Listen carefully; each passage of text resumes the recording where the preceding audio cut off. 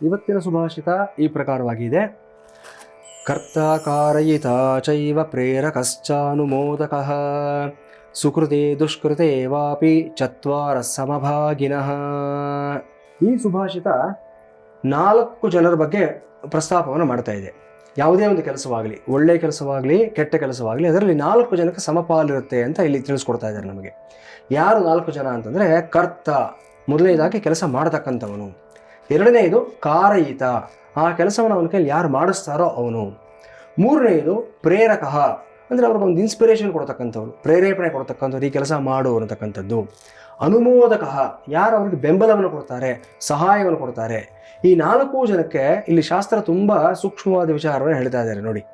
ಈ 4 ಜನಗಳಿಗೆ ಏನು ಹೇಳ್ತಾರೆ ಅಂದರೆ, ಸುಕೃತೆ ದುಷ್ಕೃತೆ ವಾಪಿ, ಒಳ್ಳೆಯ ಕೆಲಸ ಆಗಲಿ ಕೆಟ್ಟ ಕೆಲಸ ಆಗಲಿ 4 ಜನಗಳಿಗೆ ಚತ್ವಾರ ಸಮಭಾಗಿನಃ ಅಂತ ಹೇಳ್ತಾ ಇದ್ದಾರೆ. ಅಂದರೆ ಉದಾಹರಣೆಗೆ ಮನೇಲಿ ಸತ್ಯನಾರಾಯಣ ಪೂಜೆ ಮಾಡಿದ್ವಿ ಅಂತ ಇಟ್ಕೊಳ್ಳೋಣ. ಒಬ್ಬ ದಂಪತಿಗಳು ಕೂತ್ಕೊಂಡು ಮಾಡ್ತಾರೆ ಪೂಜೆನ. ಅವ್ರಿಗೆ ಮಾತ್ರ ಪುಣ್ಯ ಬರುತ್ತಾ ಅಂತಂದರೆ ಅವ್ರಿಗೆ ಮಾತ್ರ ಅಲ್ಲ, ಮಾಡಿಸ್ತಕ್ಕಂಥ ಪುರೋಹಿತರು ಇರ್ತಾರೆ, ಅವ್ರಿಗೂ ಅಷ್ಟೇ ಫಲ ಲಭಿಸುತ್ತೆ.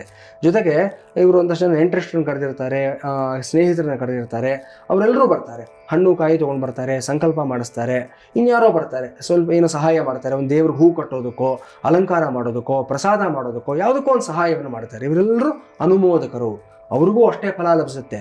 ಈ ದಂಪತಿಗಳು ಕೂತ್ಕೊಂಡು ಸಂಕಲ್ಪ ಮಾಡಿ ಶಾಸ್ತ್ರೋಕ್ತವಾಗಿ ಪೂಜೆ ಮಾಡಿದರೆ ಎಷ್ಟು ಫಲ ಲಭಿಸುತ್ತೋ, ಅಲ್ಲಿ ಭಾಗವಹಿಸಿ ಪ್ರಸಾದ ತಗೊಂಡವ್ರಿಗೆಲ್ಲರಿಗೂ ಸಹ ಅಷ್ಟೇ ಫಲ ಲಭಿಸುತ್ತೆ.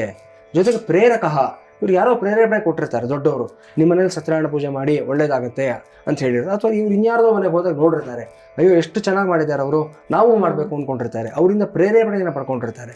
ಆ ಪ್ರೇರೇಪಣೆ ಕೊಟ್ಟವ್ರಿಗೂ ಸಹ ಅಷ್ಟೇ ಫಲಿತಾಂಶ ಲಭಿಸುತ್ತೆ ಅಂತ ಹೇಳ್ತಾರೆ. ಅಂದರೆ 25% ಶೇರ್ ಹೋಲ್ಡರ್ಸು 4 ಜನ ನೋಡಿ, ಎಷ್ಟು ಅದ್ಭುತವಾಗಿದೆ. ನಾವು ಅಂದ್ಕೊಳ್ತೀವಿ ಸುಮ್ಮನೆ ಒಂದು ಮನೆಗೆ ಹೋಗಿ ಬಂದಿದ್ದೀವಿ, ಪೂಜೆ ಮಾಡಿಸ್ಕೊಂಡು ಬಂದಿದ್ದೀವಿ, ನಮಗೆ ಅವ್ರು ಕರೆದ್ರು ನಾವು ಹೋದ್ವಿ ಅಂತ ಅಂದ್ಕೊಂಡಿರ್ತೀವಿ. ಆದರೆ ಅದ್ರ ಜೊತೆಲಿ ಪುಣ್ಯ ಸಂಚಯ ಆಗಿರುತ್ತೆ ಅಂತ ಗೊತ್ತಾಗೋದಿಲ್ಲ. ಅದೇ ಪ್ರಕಾರ ದುಷ್ಕೃತೆ, ಇಲ್ಲಿ ಗಮನ ಇಟ್ಕೋಬೇಕಾಗತ್ತೆ. ಒಂದು ಕೊಲೆ ನಡೆದು ಹೋಗಿರುತ್ತೆ, ಕೊಲೆ ಮಾಡಿದವ್ರಿಗೆ ಎಷ್ಟು ಶಿಕ್ಷೆ ಲಭಿಸುತ್ತೋ, ಕೊಲೆ ಮಾಡೋದಕ್ಕೆ ಪ್ರೇರೇಪಣೆ ಕೊಟ್ಟವ್ರಿಗೂ ಅಷ್ಟೇ ಶಿಕ್ಷೆ ಲಭಿಸುತ್ತೆ. ಅದನ್ನು ಚಿತ್ರೀಕರಣ ಮಾಡಿದವ್ರಿಗೂ ಅಷ್ಟೇ ಶಿಕ್ಷೆ ಲಭಿಸುತ್ತೆ. ಅದೇ ಪ್ರಕಾರ ಆ ಒಂದು ಶವವನ್ನು ದೂರ ತೊಗೊಂಡು ಹೋಗಿ ಬಿಸಾಕೋದಕ್ಕೆ ಯಾರು ಸಹಾಯ ಮಾಡಿರ್ತಾರೋ ಅವನಿಗೂ ಅಷ್ಟೇ ಶಿಕ್ಷೆ ಲಭಿಸುತ್ತೆ. ಕಾನೂನು ದೃಷ್ಟಿ ಬೇರೆ ಇರಬಹುದು, A1, A2, A4, A14 ಶಿಕ್ಷೆ ವ್ಯತ್ಯಾಸ ಆಗಬಹುದು. ಧರ್ಮದ ದೃಷ್ಟಿಯಲ್ಲಿ, ಶಾಸ್ತ್ರದ ದೃಷ್ಟಿಯಲ್ಲಿ ವ್ಯತ್ಯಾಸ ಆಗೋದಿಲ್ಲ. ಎಲ್ಲರಿಗೂ ಒಂದೇ ಶಿಕ್ಷೆ, ಒಂದೇ ಫಲ ಅಂತ ಹೇಳ್ತಾ ಇದ್ದಾರೆ.